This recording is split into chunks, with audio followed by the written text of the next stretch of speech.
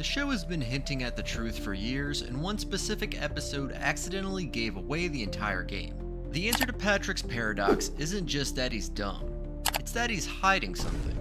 What I found changes how you'll see the pink starfish forever. This is where we get our first massive clue. The show gives us a look inside Patrick's head, and his brain is covered in thick cobwebs. This isn't just a sight gag. This visual tells us that his brain used to be very active, but it hasn't been working right for a very long time. And once that brain coral is in place, we see what Patrick is truly capable of. Suddenly the pink starfish starts speaking in full articulate sentences. He's no longer the friend who eats sand. He looks at the jellyfish and talks about them as graceful, stoic creatures of the deep. To put it mildly, it's a shock.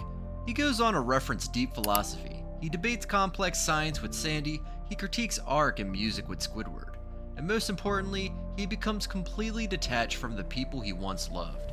He even breaks up his friendship with SpongeBob, claiming they are intellectually incompatible. On the surface, this episode, Patrick Smartpants, plays like a typical dumb guy becomes smart story.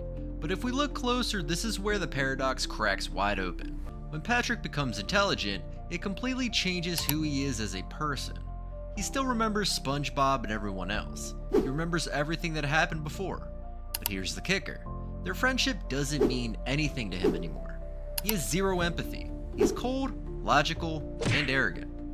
And that's when you realize the episode is showing us the real version of Patrick, the one that's been locked away. The ending of the episode tells you almost everything. Patrick, now friendless and feeling emotionally empty, starts to panic.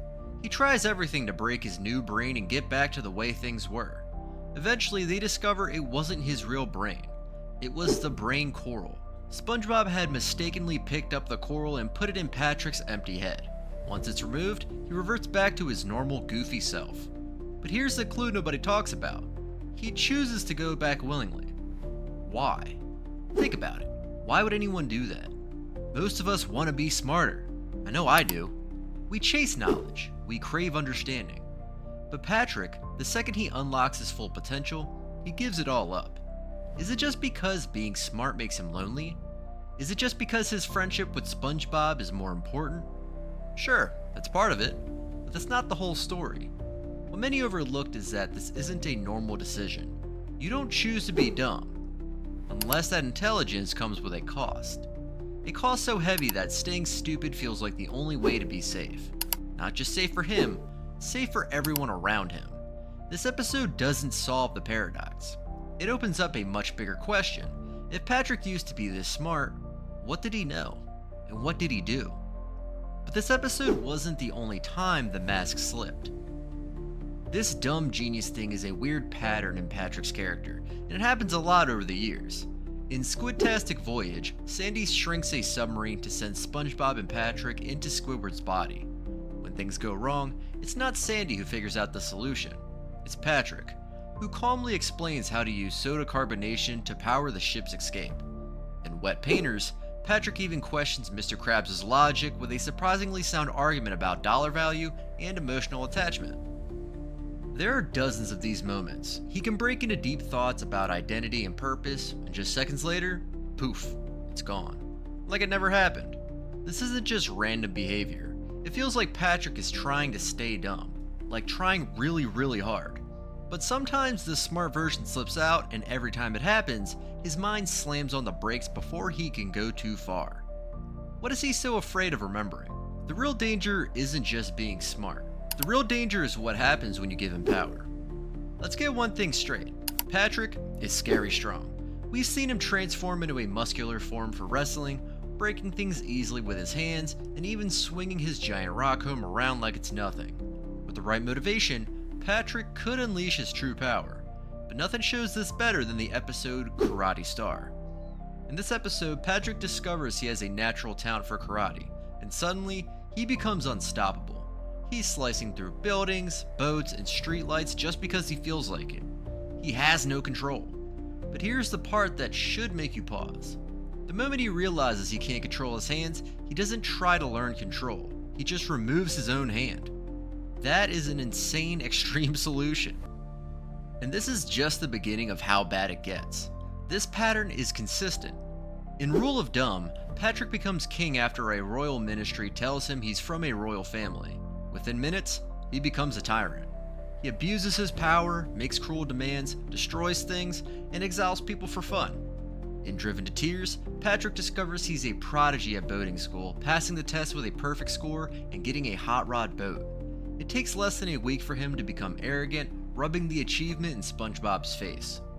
Every single time Patrick is given a little power, he abuses it. But this pattern also shows us something else. In many of these cases, Patrick is aware of his selfish side, so every time he takes it too far, there's only one solution he knows: removing the power. He chooses to return the crown. He chooses to be stupid again.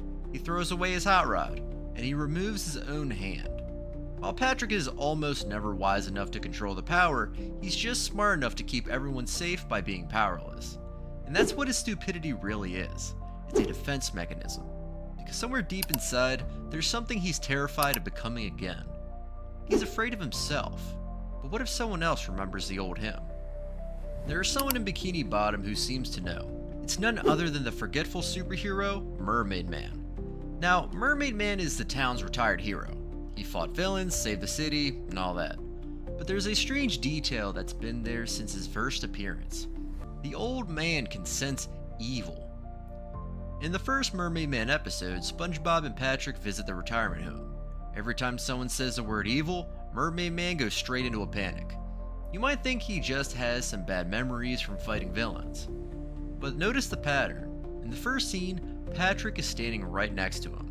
Later in the episode, SpongeBob visits them by himself and mentions evil. This time, Mermaid Man doesn't react at all. Later, Barnacle Boy says the word and he reacts again. It's not just a one-time thing. In Mermaid Man and Barnacle Boy 2, Patrick is not in the episode, and the old man doesn't react to the word evil once, even though they fight the dirty bubble. But in the third episode, it shifts again. SpongeBob and Patrick visit the Mermalair, and as soon as Patrick is in the area, Mermaid Man starts screaming, "Evil!" This is a really odd detail. It's also true for the opposite. Patrick seems scared of Mermaid Man's utility belt, as if he knows what it can do. And let's not forget the fact that Patrick knows a few things about how that belt works, like the Wumbo setting. But the most obvious sign of an evil Patrick is in the episode Back to the Past. SpongeBob and Patrick get access to the Mermalair and find a time machine. Barnacle Boy tells them not to touch it. So of course, Patrick slams the machine, thinking it's a vending machine, and sends them all to the past. They land at the exact moment Mermaid Man and Barnacle Boy were about to defeat Man Ray with tartar sauce. But the plan goes wrong because Patrick eats the sauce. Just like that, history is rewritten. Man Ray escapes, conquers Bikini Bottom, and enslaves the city. They keep trying to fix it, but the result is always the same. Patrick keeps eating the sauce. And who's operating the time machine? Patrick. This looks like he is unconsciously trying to sabotage Mermaid Man. This might be proof that Patrick used to fight Mermaid Man a long time ago, and his body is still reacting to it. Wait a minute. There's a star on Mermaid Man's nose. Is it a sign? A hidden message? But how could a supervillain become this?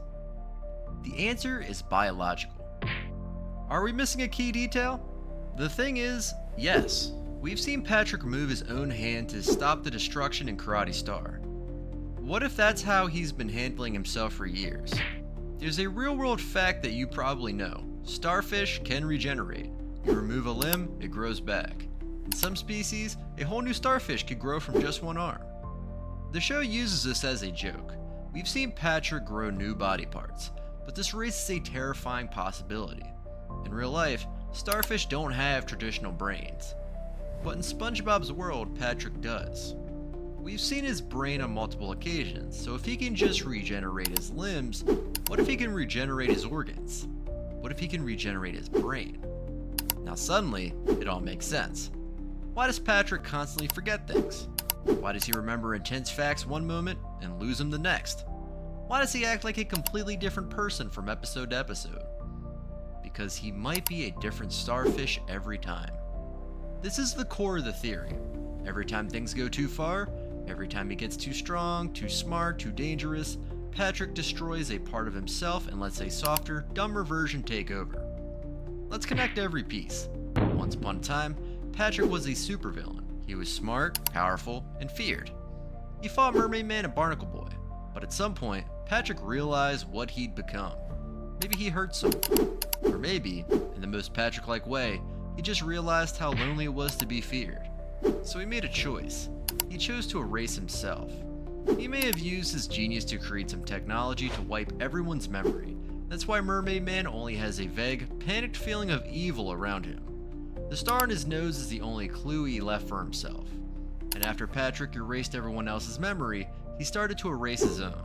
He did this by slowly dismantling parts of himself, letting a weaker, dumber, safer version grow back every time. Until the only Patrick left was the one we know. The one too stupid to be a threat. The stack of brain corals in Patrick's smart pants, that could have been his original brain, which he'd hidden away. Every now and then, a piece of the original slips through. A spark of the old Patrick.